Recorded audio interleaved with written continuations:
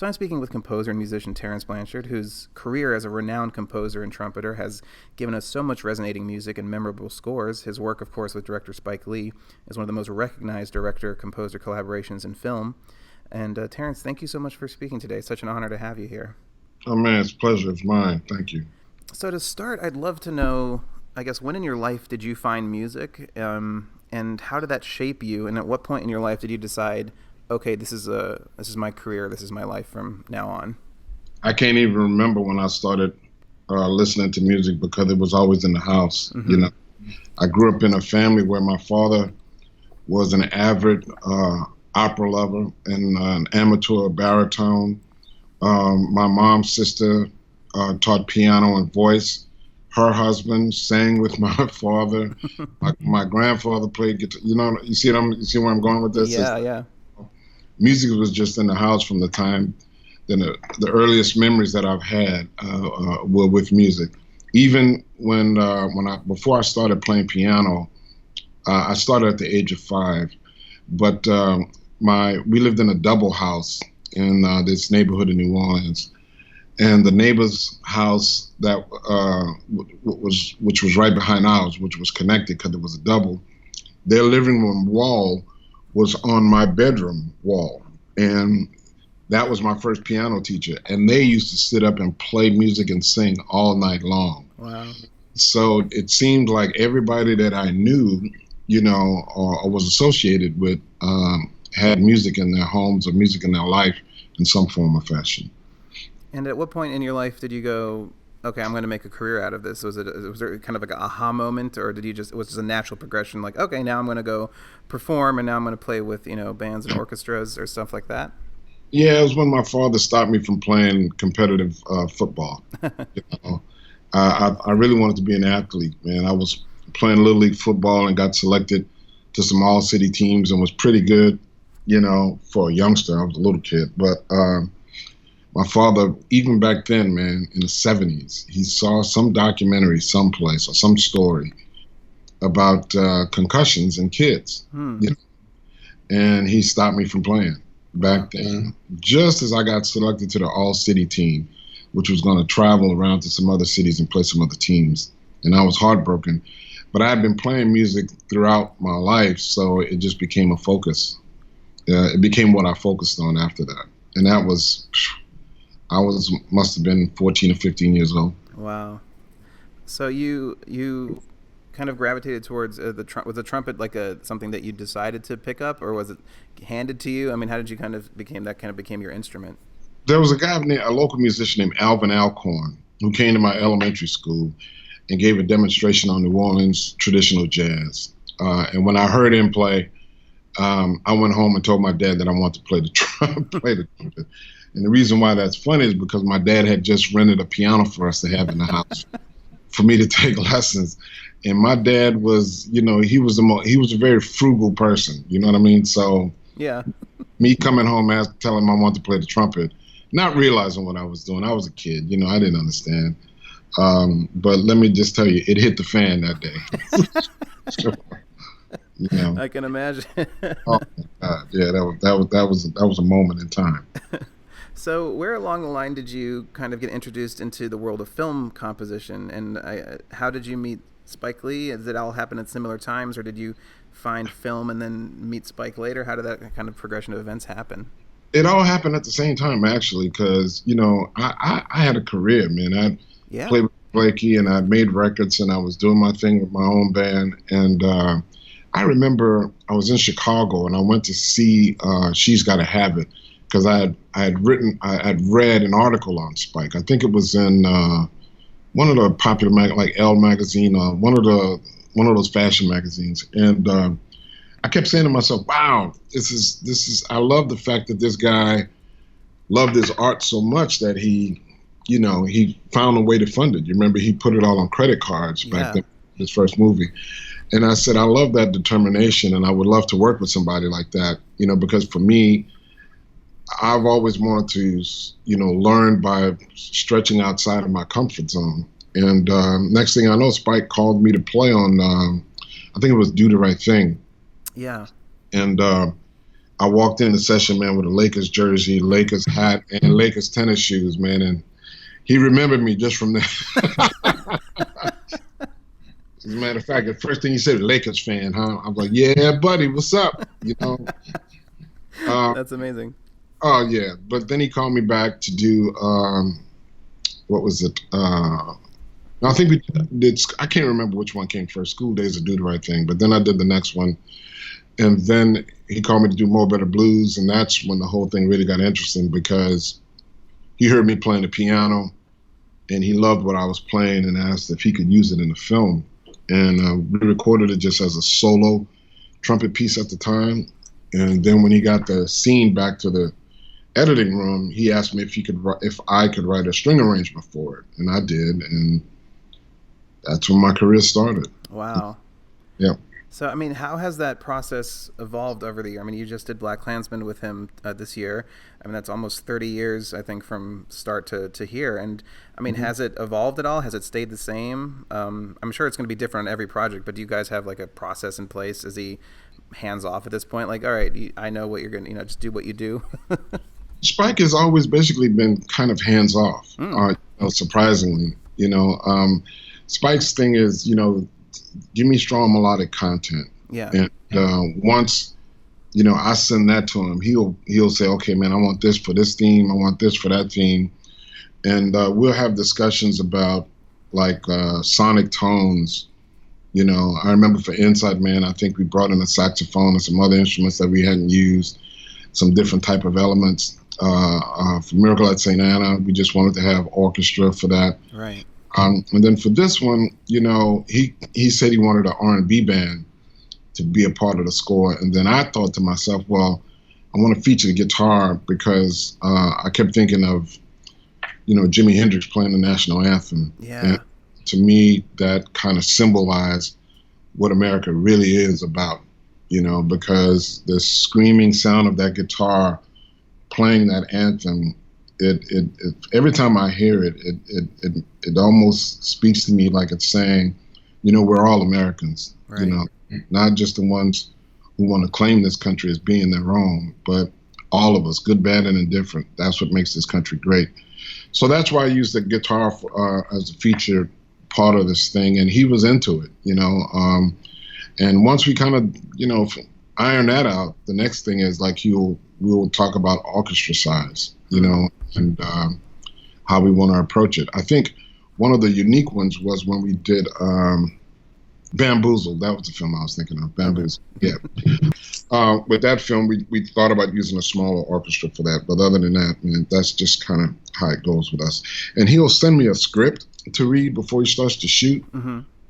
And once I read it, I'll start to get some ideas. But when we did Miracle at St. Anna, he started to send me stills from the shoot to see how everything was looking, and I used that as my screensaver.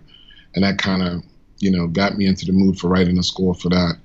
But other than that, man, once he sent me the script and we iron out the thematic material, he starts to send me reels, and we start working. And the surprising thing, I know a lot of people don't believe this, but once we do that, he doesn't want to hear anything until we get to the stage. Wow.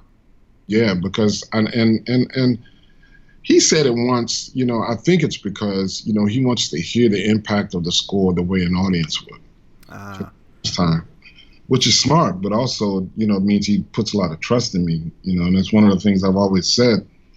When somebody trusts you like that, man, you do your best to not betray that trust. Yeah, absolutely. I mean, does that make it challenging when you work with other directors? Do you have to? I'm sure you have to adapt to different personalities, and maybe directors are more hands-on or more, Yeah. So I mean, that must have been you had this great thing with Spike, and now you have someone all right, show me what you're doing every single day. Oh yeah, man. I at first when I first got into business working with Spike, he spoiled me, And then I worked with some other people, but I've gotten accustomed to it now. Yeah. I mean, there was only one guy that I worked with, man, that was just kind of, literally, whenever he would send me emails, about the cues that I would send him, the beach ball would come up because it took that long for the emails to load, And if an email takes that long to load, there's a lot of information in that email. But But that was only one guy. But I mean, most of the people that I've worked with, man, have been great, you know. And listen, it doesn't really matter to me if the comments make sense, if the comments are logical. You know, I was working with one director, and I kept going down this particular road creatively, and she said, "No, that's beautiful and everything, but you got to remember this character is this and this is that." And I'm like, "Wow, okay." You can't argue with that when people have a logic and they have a specific direction that they're trying to follow. Yeah. You know, and I embrace that type of criticism because it just makes for a stronger final project. Yeah, I mean, it is a collaborative process, and it is a teamwork, a team effort. So, the back and forth, I think, is one of the most interesting aspects of the job. It is, because I mean, sometimes the thing that I'm always fearful of, and I tell my students, is sometimes you can't see the forest for the trees. Yeah. You know, because you're so close to it. You have to learn how to take a step back and kind of look at it from a broader view. Absolutely. So, I mean, you're talking about kind of how Spike would send you images to look at, and you read the script beforehand. But is that looking at your overall process? I'm curious, kind of, where does that first note come from? Is the script kind of where you go to first? But if you're maybe not working on with a film with Spike, you're coming in kind of at the last second maybe to do a score. But is there something in particular that you gravitate towards in your process that kind of ignites that first idea? Maybe like a performance, or do you look at just the cinematography or the pacing? Is there anything that really just grabs you? Well, I think with Spike, you know, when I get a script, I'll start from the script. But one of the main things you have to realize about Spike is that Spike has always tried to be that voice for those who may not feel like their voice is being heard. Right. And that's a general thing in a lot of projects that he's worked on. So that sentiment is something that I really resonate with. Mm-hmm. You know? And when he starts to send me a script and I start to read it, automatically I kind of know where he's coming from, because we've had conversations just socially about things, and that can send me in an emotional direction. And then obviously once I start to see it, then I have to readapt things. But for the most part, you know, I feel like I have a connection with Spike in terms of how he loves to tell his stories. Yeah, absolutely. The fact that you've worked together for so long, I feel like there is just an unspoken bond there that just works. Yeah. And BlacKkKlansman, of course, is absolutely fantastic as your newest newest collaboration. And we spoke about it just briefly a little bit, but I thought that John David Washington's his portrayal of Ron Stallworth was so good. I mean, did that influence? I mean, you're talking about the guitar and Jimi Hendrix, but did like the time setting? Did anything else kind of push the music in a certain direction? Well, I think for me, you know, I remember those times, you know, and you got to remember, I live in New Orleans. David Duke lives in New Orleans. Yeah. Okay. It's right outside of New Orleans. So I remember those periods very clearly. And man, once I saw the leather jackets and the afros and the jeans, my entire body started to just change emotionally. I don't want to say it wasn't a convulsing thing, but there was a certain type of resonance, you know, or emotion that I felt connected to once I saw it. And the scene that really set the tone for me for the film was the one with Harry Belafonte at the end. Yes, yeah. Because those are actual pictures.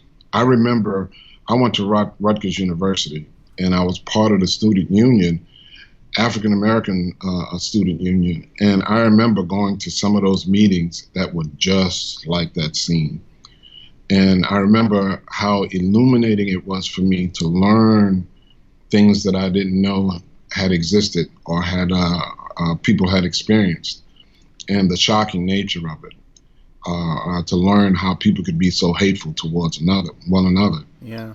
Yeah. So that's where I drew my emotional drive from, you know, because like I said, Jimi Hendrix playing the national anthem says we're all Americans. Right. And that's the thing that we have to constantly try to remind people, that we all are citizens of this country who have contributed greatly to the development of this country. Absolutely. And I mean, and the fact that you and Spike do make movies with very powerful social messages, I think that that's just a whole wealth of inspiration to come from. So I mean, there's always a point to be made, and and I love that there's these movies that Spike is directing these movies and making these movies, and yet you're scoring these movies, because we're in a time where it's just so many blockbusters and superhero movies, which are all fun and fine, but to have something that kind of it's what I fell in love with cinema in the first place. You go to kind of be moved and kind of shaken a little bit, and I love that what you guys are doing. Still happening today. Thank you. Well, obviously it's a conscious choice on Spike's part. Of course, yeah. And one of the things that we constantly talk about is that we don't want to create a score that's so complex that people won't get it.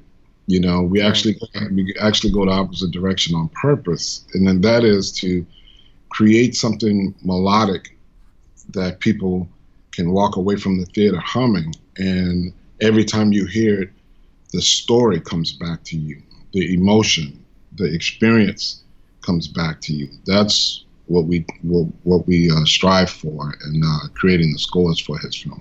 Absolutely, and I mean, the melodies still stick in my head from BlacKkKlansman, and but today's cinema and today's film music, especially, you don't see or hear melody as much anymore. I mean, the big action scores can be bombastic and melodic, but do you notice that kind of film music in general has kind of erased those melodies that really grab and hook you?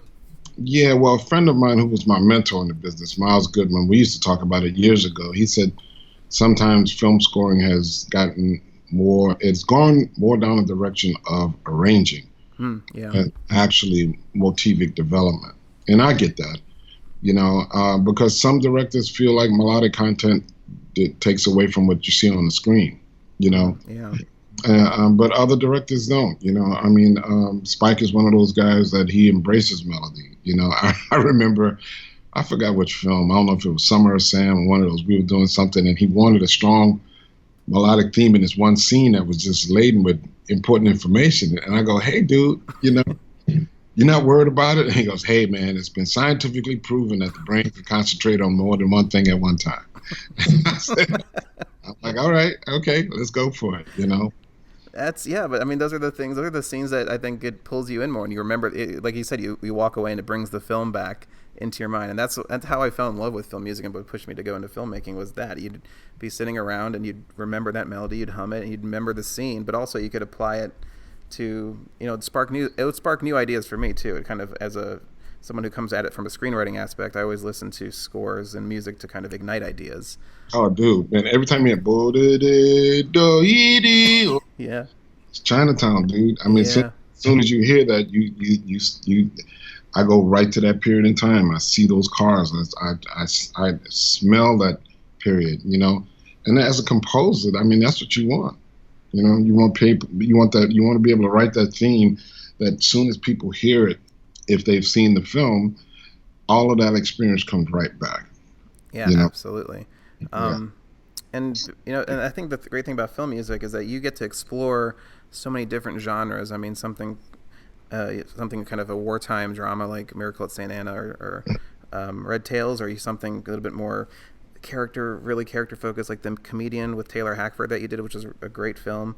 I mean, is there a particular genre that you kind of gravitate towards more? Do you like writing for drama? Do you like action a little bit more? Or kind of, I mean, I don't. It's hard to say, Kaya. It really is, man, because I look at all of them as challenges. Yeah. I think if there's one genre that scares me the most, it's comedy. Yeah. Because you really don't want to screw up a good joke, and you got to be careful with that with music in terms of timing, But I look at all of those things as challenges and a means for me to grow, artistically, Right. So, and that's the reason why I love film composition, because being a jazz musician, man, I never got a chance to write for orchestra like this, Yeah.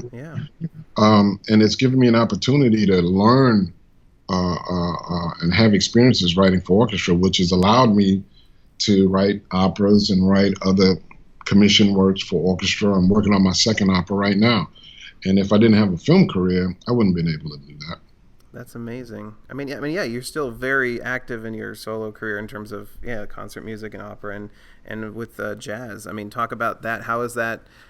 That's still such a huge part of your life, and and tickling different creative parts of your brain. I mean, talk about writing your opera. I mean, that's such a fantastic experience. I mean, how did you approach something like that? It was so interesting, man, because when they asked me to write an opera, man, I was trying to smell the dude's breath to see if he had alcohol in his breath, so he wasn't drunk out of his mind for asking me to write an opera. I'm like, really? Okay.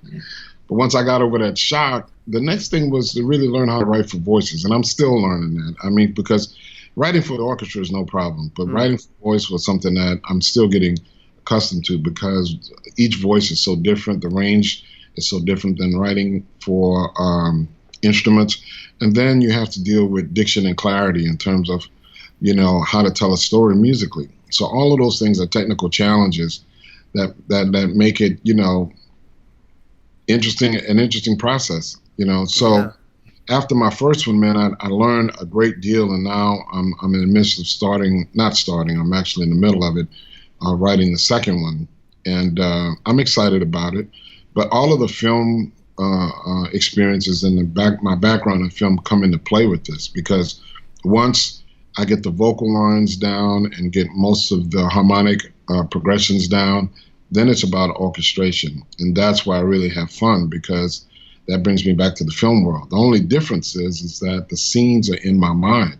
That's the difference between this and film. And the crazy part about it is I can sit in this room here, man, and create music for these scenes and see it in my mind. But when you actually start to see singers and actors walk across a stage and singing these lines, and man, it becomes really magical. I've been telling everybody opera is like the greatest form of a 3D musical production you can ever experience.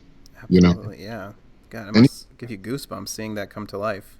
Oh, I can't even explain it, bro. You have to experience it. And then, with my band, I have the E Collective now. Yeah. And I think a lot of that, my progression towards that is because of film. Because with film, I started to really explore electronic music and electronic sounds, and colors and textures. And that started to creep into my jazz world. And now it's just like fully led into this group that I have now, the E Collective. And so I owe a lot to film, because it did exactly what I knew it would. I just didn't know how it would, but I knew it would open up my experiences and give me some broader things to really experience. Yeah, absolutely. And I think you're so unique, because you do have you come from these different worlds and of music, and I was talking to Richard Sherman, and I always remember he told me that we're all sponges. We're just absorbing things around us. And I think that, it crosses into your film music, that comes back to your jazz and then into your opera. And I think it makes you stronger, all around in every aspect. It just becomes part of who you are. well, Miles Goodman, man, was my mentor in the business, and I miss him greatly, but I remember I wanted to have Miles give me lessons, film scoring. And I remember the first thing he said was, okay, man, okay, we'll come by the house. And then right in the middle of the conversation, he stopped and he said, you know what? He says, no, I'm not going to give you any lessons. And then I got a little upset. I'm like, whoa, what is that about, man? He said, and then he said, no. He said, because if I give you lessons, you may start to sound like, other people in Hollywood. He said, your weaknesses are your strengths. Trust them, and just constantly work hard and develop.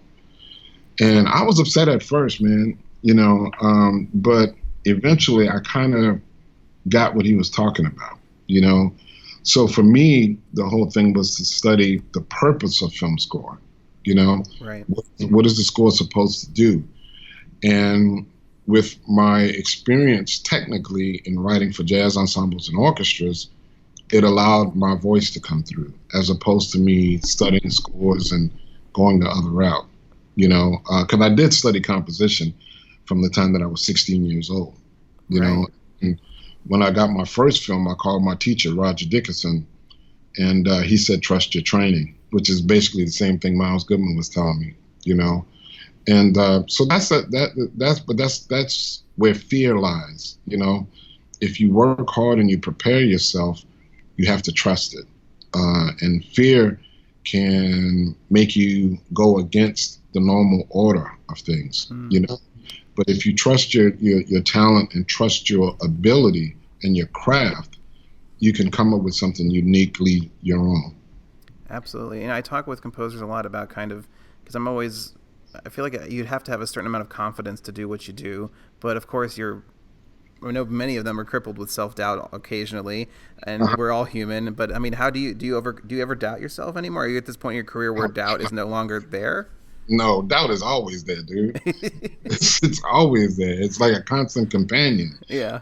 But I think that's what makes us better, you know? I mean, because you'll play a progression and you go, oh man, you always use that progression. Do something else. Or you use a certain melodic shape and you go, hey man, you know what? You're an imbecile. You can't come up with anything else, you know? but that type of doubt pushes you forward, you know?